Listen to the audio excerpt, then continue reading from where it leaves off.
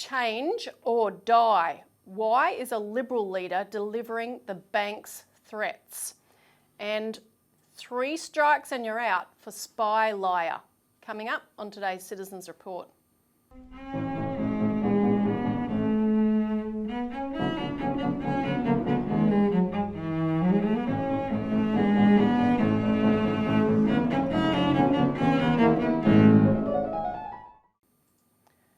Welcome to the Citizens Report for the 13th of January 2023. I'm Elisa Barwick. Joining me today is Citizens Party Research Director Robert Barwick. Welcome, Robbie. Thanks, Elisa. And on today's show, we're going to be discussing the latest in the fight, which is hitting its strides to save cash in a extraordinary way. And the bank's agenda to smash all the branches in regional Australia. And then we'll talk about the perils of being a China propagandist when you get everything wrong.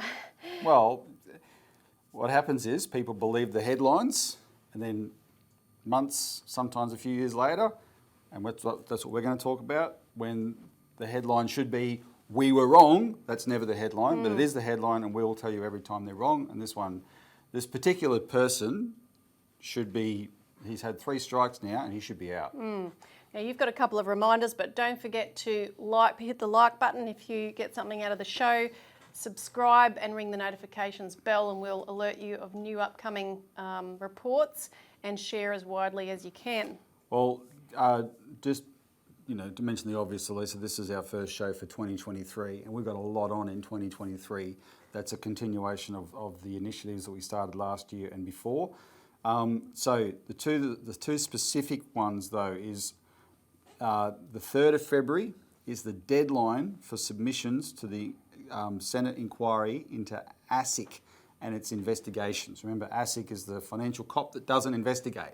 Less than 1% of complaints it bothers to investigate. So we put out a press release this week on it, reminding people, if you're a financial victim and who had any experience with ASIC, and pretty much the universal experience with ASIC from financial victims has been terrible. ASIC becomes a trigger word for trauma for them, as do a few others like AFCA, which is formerly the Financial Ombudsman Service. But everyone who's a financial victim knows what a failure ASIC is. Don't be despondent. So this is specifically an issue where people know there's been lots of inquiries in the last decade. But when I say lots of, a number of, including a couple of big ones, and the biggest one was the Royal Commission, right? And so you can have this attitude, what's another inquiry going to do? Well, who was the Greek philosopher who said you never step into the same river twice? Heraclitus. Everything is always changing. In this case, we've got a new government that was able to just commentate for the last 10 years and make all these good noises about what they would do if they were government to clean up the system. Well, now they are. And so this new government needs to be presented with the evidence that ASIC is a failure and hasn't changed since the Royal Commission, right? And that's what's got to come out of this inquiry. So if you are a victim, you must make a submission. You must. I can't emphasise that enough. And if you aren't a victim, but you know victims, contact them to make sure they make a submission. It doesn't have to be the biggest, most professional submission in the world, but tell your story as it related to your experience with ASIC. Get it in, and the detail, we'll have the link below to our press release on it this week, right? So people can follow the links to the Senate inquiry website. Just one quick story from that, though. Our press release links to John Adams and Martin North's show on this last week, and they tell the story that came out of a Senate hearing, a parliamentary hearing last December, a month ago, where a professional organisation made a submission to ASIC, put in a submission to ASIC, and when they lodged it, now they'd spent $5,000 preparing the submission. When they lodged it, within 45 seconds, they got a response from ASIC, no further action. 45 seconds, that means a computer is making the decision, right? Auto-reply. And it's biased towards not investigating rather than actually investigating. Well, that's the default setting, obviously. Exactly, and we tell the story, when this acronym, no further action, NFA, right? This was the kiss of death for the Sterling First victims that we talked about a lot in the last 2 years, right? Every complaint from when that scheme started in 2015, ASIC started receiving complaints straight away, and everyone was marked NFA, NFA, NFA. So this is what this agency does. It's supposedly the financial cop. Well, you can't be a cop if you don't investigate. And then people have their other experiences. So please make those submissions. Okay, that's the 3rd of February. The second one that we need to bring to people's attention is, and this is a little bit late notice, but on Monday. So this show gets posted on YouTube on Saturday. So you're watching this sometime after Saturday night or sometime after. Monday is the deadline for submissions to the Senate inquiry into nuclear power. And what we encourage people, if you agree with us that Australia should be able to look at this option, make a submission, but just write a quick letter to the inquiry saying, I support nuclear power. And it's something as basic as that, because what you're sending is a message to the senators that there is popular support for this. And it is growing popular support. We're the only country which is told we've got to deal with this supposedly massive crisis, but there's one technology we can't touch, right? And that's just childish. It's pathetic. It's worse than pathetic. So you've got till Monday to do that. So let me just urge you, just make a quick, just find the details. We'll have them linked below. Post them below. Yeah, just make a quick, send a quick email with your name and who you are, telling you support it, and let's give them a bit of a sense that there is public support for this. Yeah.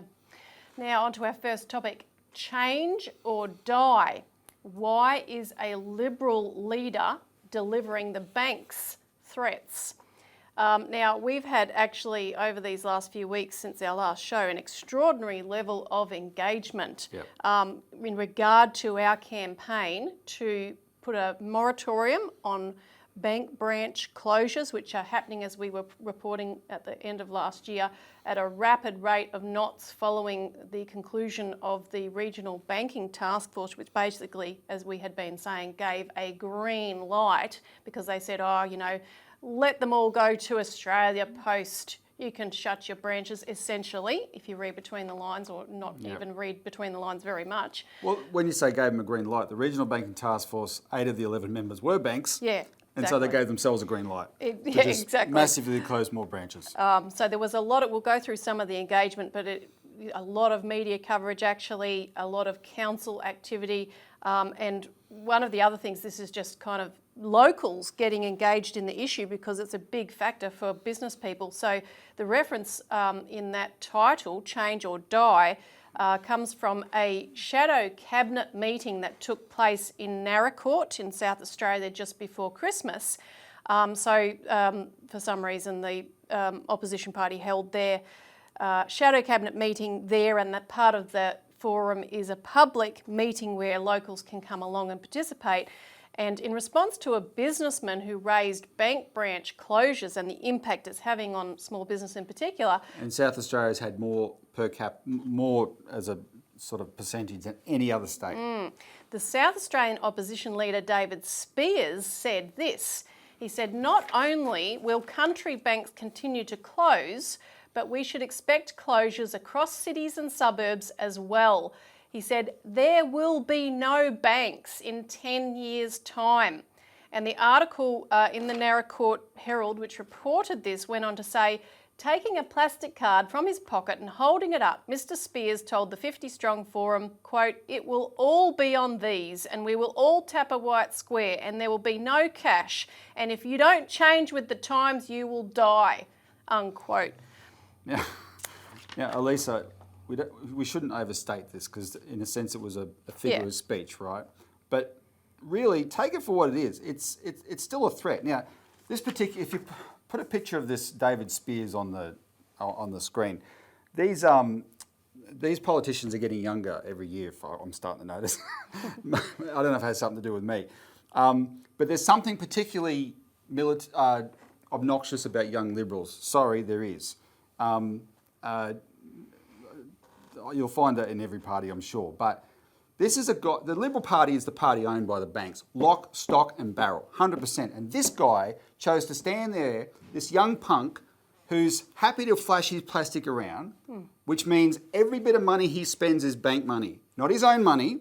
Your own money, if your money is in a bank, and there's a reason to have money in a bank, but understand when your money is in a bank, that is bank money. You've actually legally loaned money to the bank and they've given you a record that they owe you money right? But it is a token from the bank, and it's they are in control of that money.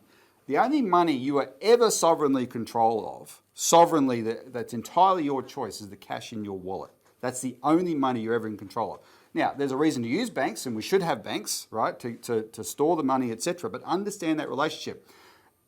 If the banks succeed in closing off all the exit ramps, so you can't get money out, that means it's all bank money, never any of your own money. And this guy is saying, get used to that, right? Change or die.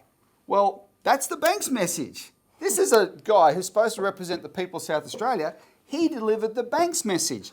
No, why should we've got to go through a bunch of things on this, but just bear this in mind. Why are the banks the only business where the customer is not always right? That they're not doing everything to serve the customer. They get to make decisions. How can the customer serve us? What can we force those customers to do so that we make more profits out of them? That's how the banking business works, because the banks have allowed to become an oligopoly. You cannot function in the economy without working through the banks, and they have that power. And these politicians just go and, this guy believes the bank's propaganda, and he just repeats it to the people of Narracourt, whereas he should be saying, no, the banks must be required to serve their customers properly. But we'll go through more of that. Yeah, so a number of councils, and we've been putting out the word far and wide, organising councils across the country through our large team of activists. So councils are taking up the cause because a lot of places are facing the closure, and there were 72 branch closures that were announced after that regional banking task force reported. After the 30th of September last year. And a number of those, I forget the number, more than 20, were the final bank in the town closing down. And once that happens, which is why the councils are involved in this, the town basically shuts down. Well, the council bank and the council's bank at the bank as well. Yeah, exactly. And so there were a number of councils that took this up at the end of last year, including Coober Pedy, who are losing Westpac Bank, and that's in South Australia as well, and Junee in New South Wales losing the Commonwealth Bank. And Coober Pedy, they held a town meeting about this to get the population organised. There was coverage in ABC, which we reported last year. There was coverage in the Adelaide Advertiser. Junee threatened an injunction against the Commonwealth Bank closing down, and then they shared the fact that they'd done that with 45 other councils, writing to the councils that were also losing their banks, saying we need to work together to fight against this. Now, that collaboration led to coverage on the 19th of December on ABC's 7:30 report, and that report was going to be covering the shutdown of the last bank branch in Kanama in WA. The Westpac. But because Kanama Shire got this letter from Junee, they contacted Junee and said, you should get on to 7:30 report too. Yep. And so the 7:30 report ended up also featuring that. We'll play a couple of clips from that. You had just before you do, just to emphasise the point, that Junee is leading a fight back here. So what's happened until Junee put its hand up? Junee itself felt like just a small little council. How can we? They're losing the Commonwealth Bank, right? How can we, the little council, take on the massive Commonwealth Bank? Kanama over in Western Australia, they're thinking the same about Westpac. But because the Junee Council takes the initiative to say, no, we are going to stand up to this, and they've been collaborating with Martin North and Dale Webster, the journalist who done all the data on this. They say, no, let's take them on, right? Send a legal letter, share with these other councils, look, this is what we're doing, do it with us.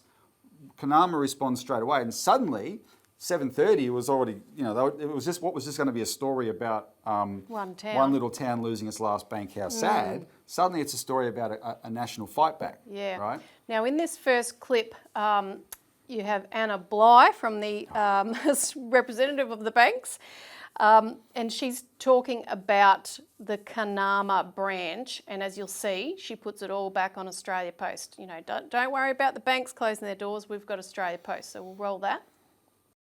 It's something that's going to keep affecting Australians as we, as a country, experience an unprecedented shift in how we do our banking. We are seeing an acceleration out of COVID of customers voting with their feet and moving at pace into the virtual banking environment.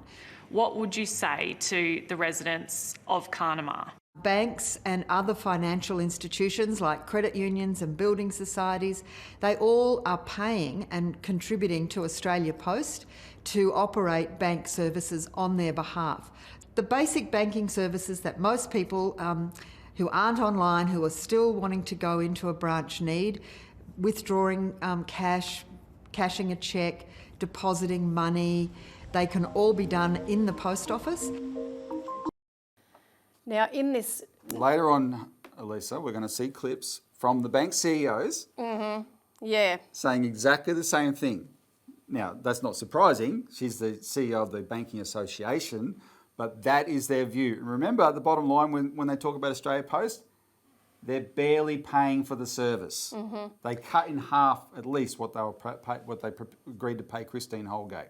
Now, we'll play a clip of the Junee Council CEO, James Davis. Now, he's talking about the fact that they got a stay of execution where the bank was going to stay open for an extra couple of months because there was no ramp for disabled people to access Australia Post. So, and he calls that, he says that's just cosmetic. You know, we need a more serious solution. We need a moratorium on closures.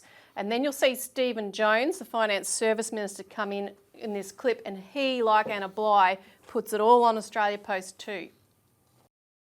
These are cosmetic changes really to a building, but there is a much wider spread problem with over 44 banks listed for closure across Australia. We feel that with a bit more cooperation from other localities, we might be able to nudge the government into considering a moratorium on further bank closures. Well, it's not something we're looking at the moment. In many of these communities, as I'm advised, the banks were not being used or not being used sufficiently to allow them to continue to operate on a financially viable basis.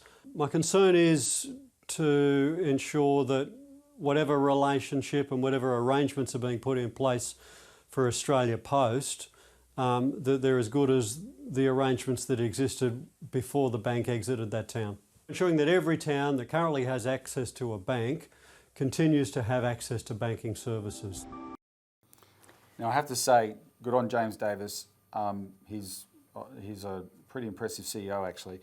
But the Stephen Jones comment, it's really telling to me that Stephen Jones says, I've been informed or whatever. I think it may be starting to get through that what the banks are claiming, which until we started making a big stink in the last 12 months or so, was just accepted as, oh yeah, people aren't using banks. Rubbish. And when you analyse the statistics, you start to see the opposite picture. Think of it this way. By definition, there wouldn't be a protest right across regional Australia about branch closures if people didn't want to use branches. Yeah. Right? That's by definition. We wouldn't be having a show on this subject by definition. So but he just regurgitates the bank's propaganda, right? And that's what we're going to shred, that propaganda in the coming weeks and months, especially if we can get an inquiry up into this. Now, so that was the 19th of December, that 7:30 coverage. The 21st of December, ABC Radio at Illawarra interviewed Martin North on branch closures and discussed a survey that he's conducted which showed that 38% of respondents in regional Australia said they still needed to use bank branches, compared with 21% in suburban areas. And the issue with that is the banks are saying we are responding to the demand. So Martin's survey shows there's much higher demand for branches, or significantly higher demand for branches in regional Australia than in metropolitan Australia. Where are banks shutting down the most branches? Where there's the most demand. Every time, we should stop talking about politicians lying. Nobody lies like bankers. Yeah. Although I will say in metropolitan areas it's an issue too, because I had to go to the bank yesterday and I didn't go to the one that used to be 2 minutes drive away because it shut down last year. So I had to go to the one that's about 5 minutes away to find that they were ripping out the ATMs and shutting it all down and putting black paper over the windows. So I had to go to the one that's nearly 10 minutes away. And can I say, you're dead right. We have the data for regional Australia, and in regional Australia, you don't get to go to a 10-minute away bank. You get to go to an hour away bank, or right? more. So it's a slightly more acute issue. But even that the lower demand in metropolitan Australia and suburban Australia, that's of much bigger population. So the actual absolute demand is still very, very high. Yeah. Right? In fact, more people are missing out on bank branches in the cities than in the countries as a result of that. Yeah, and because the population is so much bigger. A lot of, people on their gophers or people that walk to the bank or have to get public transport, etc. So it's very inconvenient. Now, on the 28th of December, there was an article, and also on the 3rd of January, actually, articles in the Weekly Times, which is a Victorian rural publication, on branch closures. And these reported on Dale Webster's very thorough work and all of her figures on bank closures. The first one was headlined, "Bank Closures, New South Wales loses 31 banks since Regional Banking Task Force report release."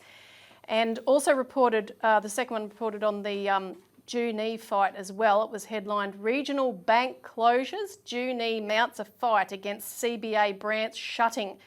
And they said rural banks are closing at an alarming speed, but one town in southern New South Wales is up for the fight. Junee Shire Council has taken the lead role in trying to convince the CBA to remain open, in a move which has won farmer and small business backing, and hopes it will become a template for other towns in the same predicament. In other words, they're leading a charge. And what I was impressed with both those articles is you didn't have the journos sort of inserting in there the default setting, oh yeah, but this is where technology is going.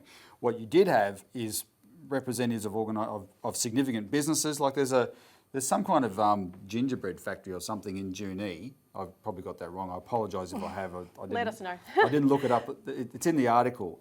That has 120,000 visitors a year. 120,000, right? It's a significant local tourist attraction, etc. And their owner was saying, this is a real problem for us. I mean, why can't, what sort of bastardry is of the banks? Plus, Junee Shire, by the way, the CEO has produced the figures. The population growth projections are enormous. These are banks abandoning significant areas. The NFF spokesman, National Farmers Federation spokesman, didn't try and paper over it either and say, oh, this is inevitable.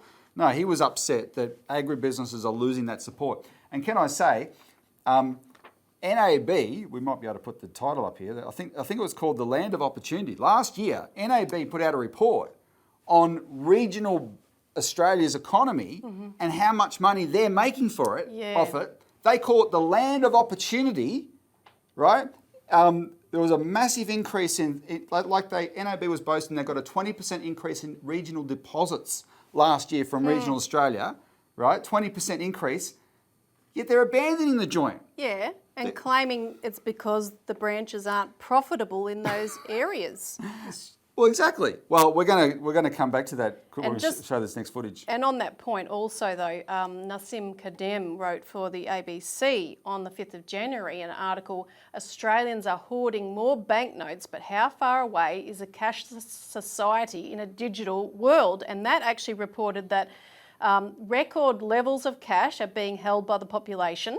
The RBA reports a shift away from cash transactions, even though cash is being held, but that shift away from cash transactions is less so when it comes to older populations, lower income demographics, also immigrants who she makes a big point don't trust banks. They even cite the case of Lebanon, which we've been reporting on, where accounts have been frozen and no withdrawals have been allowed, and many of the banks have actually closed altogether and they're only open by appointment. Because they've had a spate of depositors turning up armed with weapons to try to demand their deposits, their own deposits back. I found it interesting in the Sims at Kadem's article, even Muslim people who take seriously that they shouldn't charge interest they prefer not to use the banks just for a basic reason like that, right? Because the tiny amount of interest is still something they're not comfortable with. And the other thing about her article was, I think she's identified a cultural shift in Australia, because back in the 80s, when I was a kid and putting my money into the Commonwealth Bank at school, right, they'd come around and I happily put my money in there. The sense was, the culture was, that's where your money's safe. She reported a survey that 56% of Australians keep money, at least some money, out of the banks because they don't think it's safe in the banks, right? And that's not their fault, that's the bank's fault. That's a reflection of reality. But if there is the corresponding thing is though, so there's more hoarding going on, but there's fewer transactions. Well, that's not just the market though. The banks are taking away the easy access to cash. Oh yeah, well some places don't let you pay in cash. Exactly, the banks are encouraging businesses to go cashless, etc. And so that's a force. That trend is forced. It's not just organic. Now, if you haven't already, take our material to your local council. Just over the last few weeks, the Mornington Shire Council, which covers the Wellesley and Mornington Islands in the Gulf of Carpentaria, passed a motion supporting the establishment of a government post office bank per our proposal. That was the 14th of December. Toowoomba in Queensland and the West Tamar Council in Tasmania have set dates to either debate or vote on similar motions, and many other councils have acknowledged that proposal and will be looking at it, but they need encouragement from the locals. If you're sick to the back teeth of not having bank facilities, let it be known. Now on to a good contact of ours who confronted the banks on this issue just before Christmas. I think that was also. Well, we want to play the footage of this. So Michael Sanderson is one of the leaders of a bank victims organisation called Bank Warriors. And they're a hardy bunch, and they've persisted in their fight over many, many years. So what they do is they go and buy one share in all the banks, and that allows them to go to the AGMs. And they've been doing this for years, and they wear bow ties. People might have seen them in the media, etc. So the week before, 2 weeks before Christmas, or the second week of December, the three big banks, aside from Commonwealth Bank, had their AGMs. Two were in Melbourne, one was in Adelaide. And Commonwealth Bank they do their AGM a different time of year. So Michael went along. Now, Michael has a whole series of questions he asks these banks, and he asks the questions, and goes back to the end of the queue, and goes up again and asks the questions, etc. But he's asking the CEO and the chairman these questions, right? So what he did this time, because he's a supporter of this campaign to expose what the banks are doing with regional banking and for a postal bank, so he gets up and asks questions about that. Now, so I want to play some clips. I think we may as well just play them all together. We'll identify NAB, ANZ and Westpac. We won't play everything that he did though, because it'll take too long. We'll put a link below, and where people can go to his site and see the whole thing. And we're also going to produce a separate video on this. But what he does is he lays out for all these banks the issue. So we'll play the one where he lays it out for NAB, what the issue is. And then he asks them a series of questions. He asks them about, are they claiming the branches are unprofitable? And if so, will they subject that claim to an audit? They all duck that question, don't even respond to it. But then everything they say to justify the closures is all exactly what Anna Bligh was talking about, right? But some of the things, just listen to the way these bank CEOs and chairmen respond, especially where you see how explicit they are in, we are pushing people into digital. The ANZ guy is the most explicit in this, but they're all essentially doing that, right? So have a listen. This is what you're dealing with, and everything you're about to hear, we will be responding to with facts. We already have been preemptively. Michael's stats came from Dale Webster. We will be responding to with facts going forward.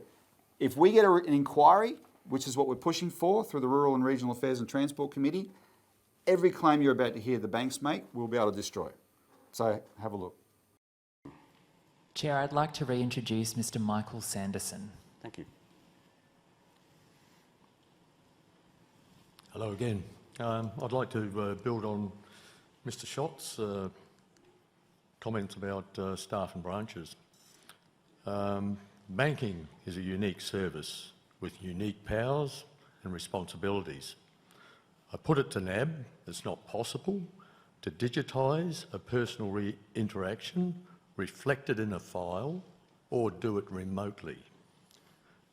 National Australia Bank has 286 regional branches still open, but has closed or cut services to a point where the facility is no longer classified as a bank branch to 474 locations.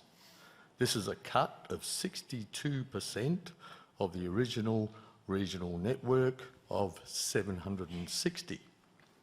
My question is, how do NAB branch closures comply with the mandatory, very important word, mandatory contractual warranty of the Banking Code of Practice that states we are committed to providing banking services which are inclusive of all people, including A, older people, and very important to me, people with disabilities. This is a good one. Indigenous Australians, including in remote locations. And D, people with limited English. We have, even though our branches numbers have fallen over years, and that is the inevitable result of the changing pattern of usage, we still have 283 regional branches, which I think still puts us actually ahead of almost all our competitors. But more importantly, we have entered into the contractual arrangement with Australia Post to make sure that the post office branches are available to provide some banking activities and services to our customers. As you appreciate, it's never been possible. We've never been in every community as a bank, and the number of branches, I can only hazard a guess that the number of branches will continue to slowly decline over time as fewer and fewer people use them. So maybe you could clarify for me, what is it you'd like us to answer? The reason for closing is it profitability. If it is profitability, would you be prepared to subject to an independent audit? Okay, thank you. And the Banking Code of Practice is mandatory. The ANZ has adopted that. So there is a contractual warranty. And closing the branches, it would seem, breaches the access of older people, people with disability, Indigenous Australians, including remote locations, and people with limited English. Thank you. Okay, I understand the point. So, you know, I think the challenge we've always got here is the change in customer behaviour and trying to get the balance between viability, as you raised it, and making sure there's accessibility. We do operate today over 400 branches nationally, and I take your point. That's a significant reduction on where we were.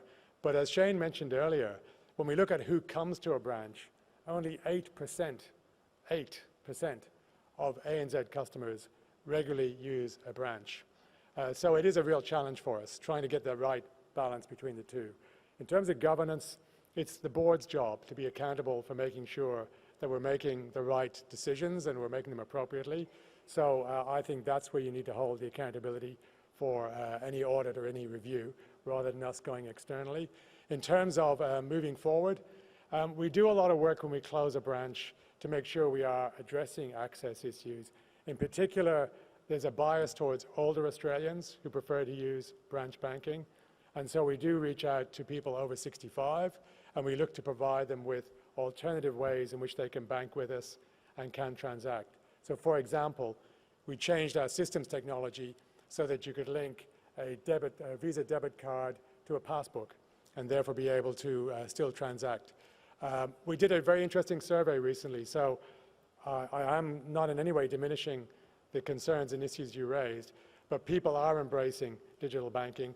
We looked at over 50,000 customers, over 65, who had actually used a branch twice in the previous 6 months and who we then worked with as part of our transitions to move to digital. Over 90% of those customers had started to use digital banking, and a third of them had fully moved to digital banking. So that's the balance we're trying to navigate. We do absolutely understand our responsibility to the community and to the code of practice, and we're doing our best, Michael, to try and get the right balance on that.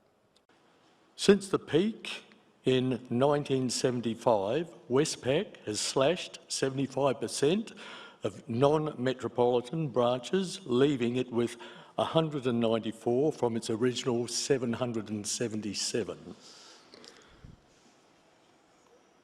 Since the start of 2021, Westpac has closed 47 Westpac branches. These closures, from these closures, Westpac has left 13 towns with no banking services. They are Yankanilla, Mannum, Tailem Bend, Kapunda, Peterborough, Hamilton Island, Jabiru, Terrigal, Lura, Tom Price, Wogan Hills, Cooper Pedy and Kamnama. My question is, do you claim that the branches Westpac has closed are unprofitable? If so, will you submit this claim to an independent audit? And how do Westpac branch closures comply with the mandatory and contractual warranty of the Banking Code of Practice? Thank you. That's a question for the management. Thank you. Yep. So, thank you, Mr. Sanders. So, in relation to branches, yes, the numbers are going down, and as I said in my remarks up front, 7% of transactions are now handled through branches, and our approach there is that where we are closing a branch, there will be an Australia Post operation there. And so we will be working with Australia Post to lift the service in relation to those. We will also be introducing more virtual capabilities. So we've got the digital capability on the phone and virtual bankers. In relation to your specific question on why, because we're seeing the foot traffic go down, we're also seeing the ability to staff them be difficult. A couple of the other things that we're doing is co-locating branches, so multiple brands being under one roof, and we're working towards Westpac branches being able to serve all brands as well. Peter, do you want to pick up the branch? Yeah, so branches won't go to zero. We will always have branches. As I said before, it will be a blend of the branches we own and Australia Post, and we still have the second largest branch network in Australia. And so the challenge I think you're rightly pointing to is digital and the different cohorts of customers. So certainly, and this is, I apologise for generalisation, but a lot of customers don't go into branches. They tend to just use digital. There are a lot of people that prefer branches, and we've got to manage that well. But as I also said, every company I talk to is going digital, so we've got to get people into the digital economy as well. So branches won't go to zero. They will have a role. The role will change. It'll be less service transactions, cash, changing your details, more about advice, and there'll be a bigger role for video as well in the future. Okay, yeah, please don't think that the Australia Post branches are a branch. I mean, it's sort of a Clayton's branch, isn't it? It does service. Yeah, it does. Well, cash. There's service and service. So, stay tuned for marching orders on what you can do to help us get this inquiry, because we need a real inquiry. That regional banking task force was a farce. So contact your councils, as we've said, and in the meantime... And I'll just flag this, Elisa. So the 6th of February is the start of the first week of the first sitting of Parliament this year. And in the first sitting is a 2-week sitting, but the Senate only sits for the first week, and the second week is the question time they call Senate estimates. We want to get up an inquiry in that first week, right? So the week before, so not this coming week, but the week before that, the week after Australia Day, we will be asking everybody to hit the phones with us and call all these members of Parliament and start demanding this. But what you can do in the meantime is take what we've gone through today, including with the press release we did on this, which we'll link to, which covers all this publicity, share that. Because politicians, when it comes to media publicity, are like cats with the light from a laser, right? and they're obsessed with it, and they'll do backflips to keep following that laser light. And unfortunately, that's the power the media has. When you can force the media to cover an issue, that's when politicians pay attention. They will look at this media coverage that we've gone through over the only downside of it's been over the summer holidays when fewer people have been paying attention, right? But it's got attention, and it's going to get more attention. Share this attention with your member of parliament and say, you must be looking at this issue, right? Yep. And that's how we'll get the inquiry, and that's how we'll get the debate going about the postal bank.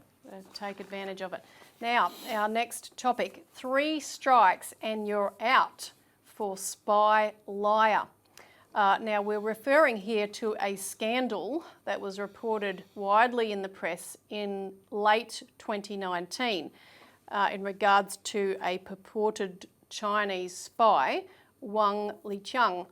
Now, 60 Minutes presented this young fellow, as a leading operative for China, a spy master, in fact, who defected to Australia.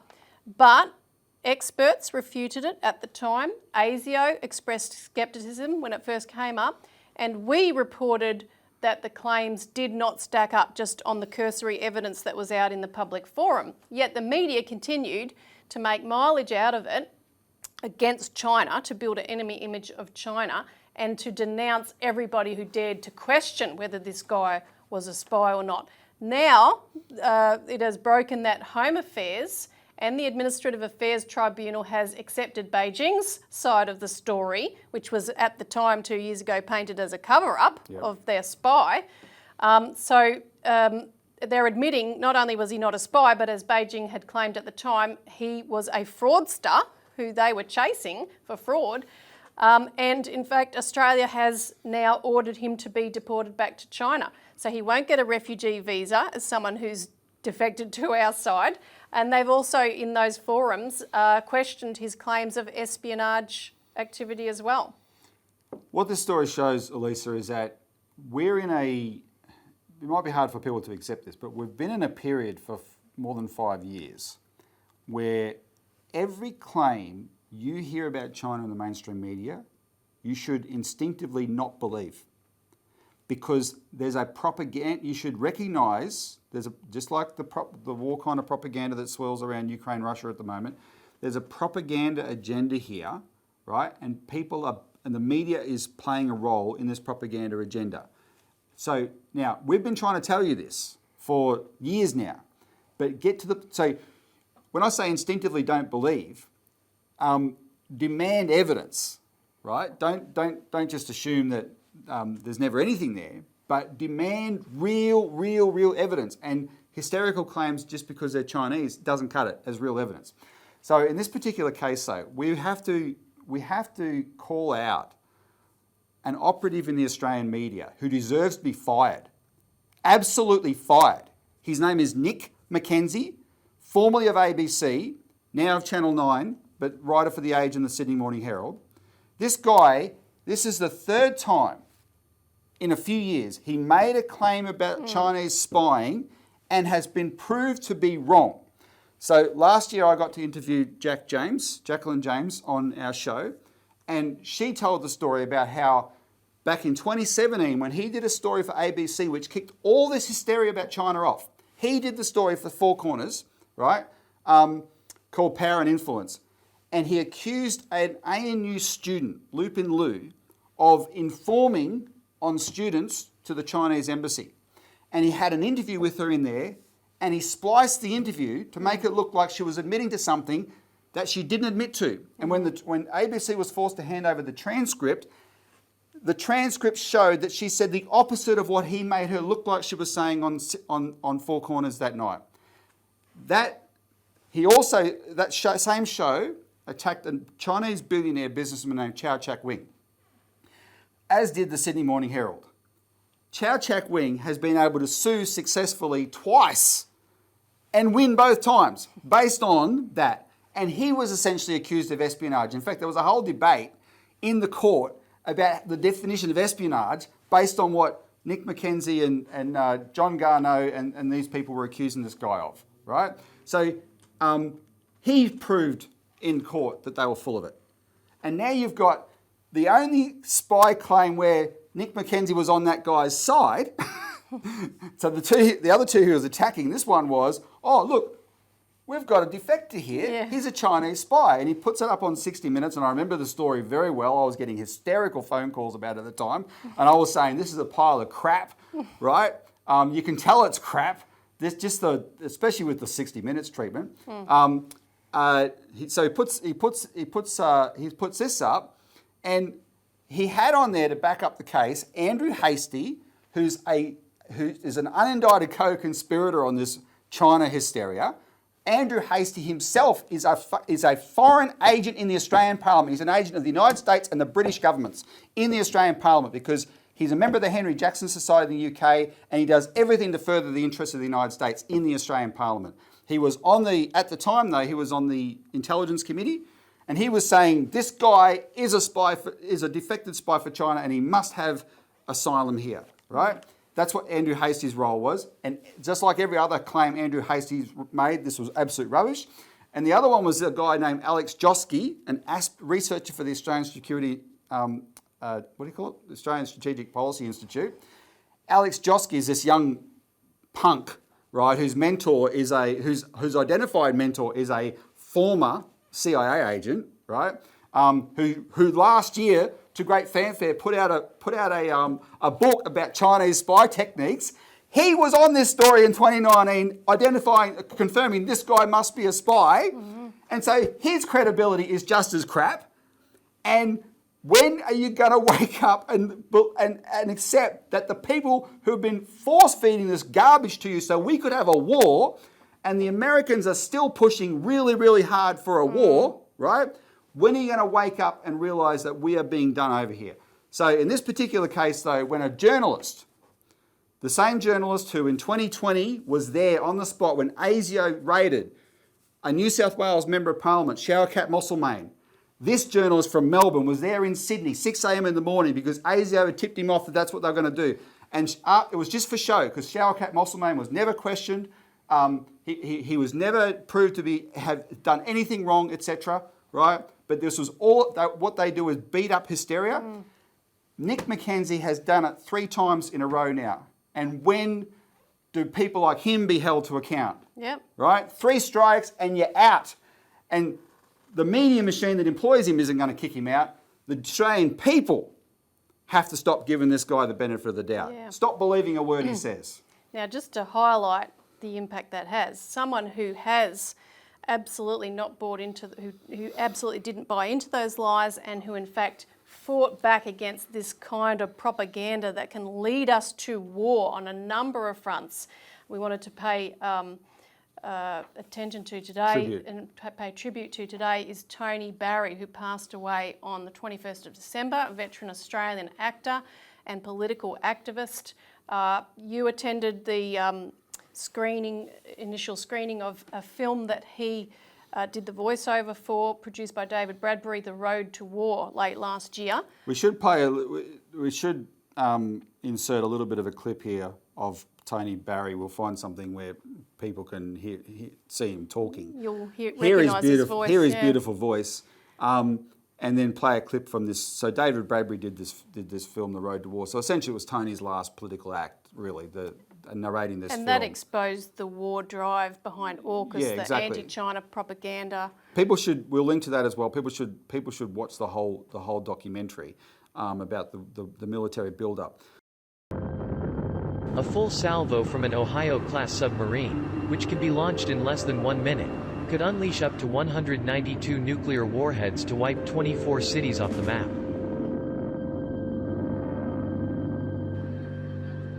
What possible excuse is there for such monstrous, nation-destroying weaponry? That's a good question to ask again of you, Prime Minister Albanese. What possible excuse could there be for such monstrous, nation-destroying weaponry to be used?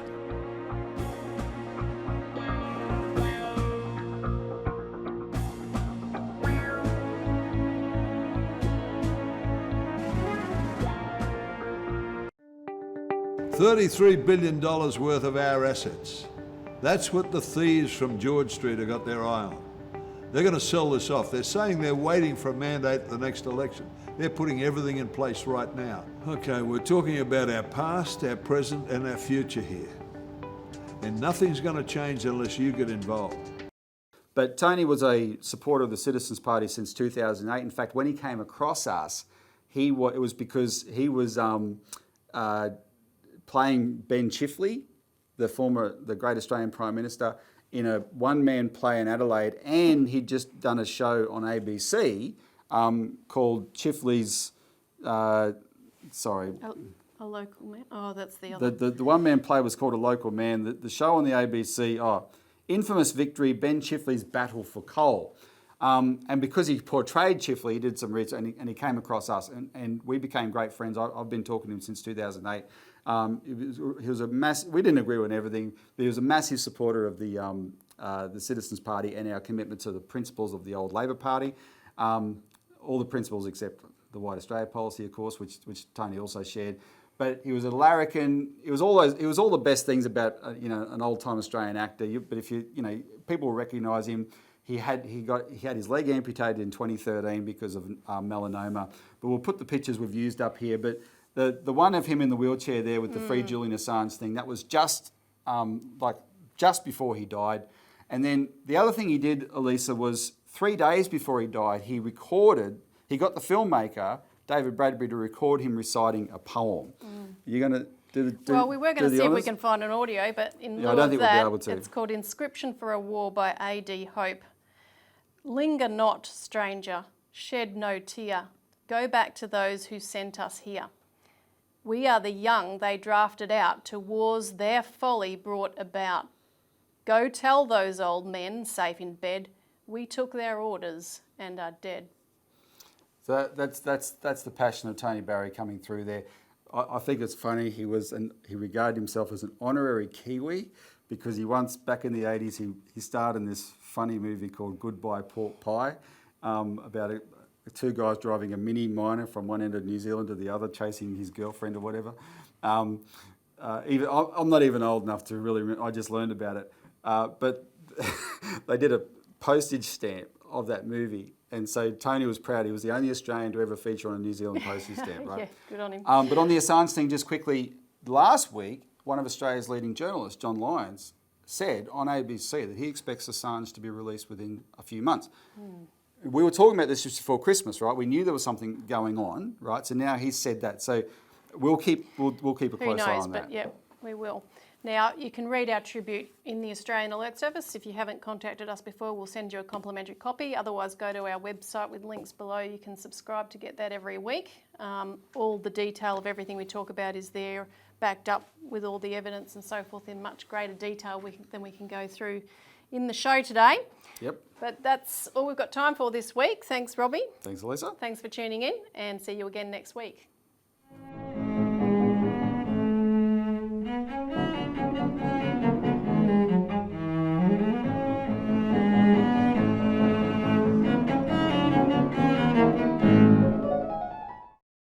Authorised by Robert Barwick, Citizens Party, Melbourne.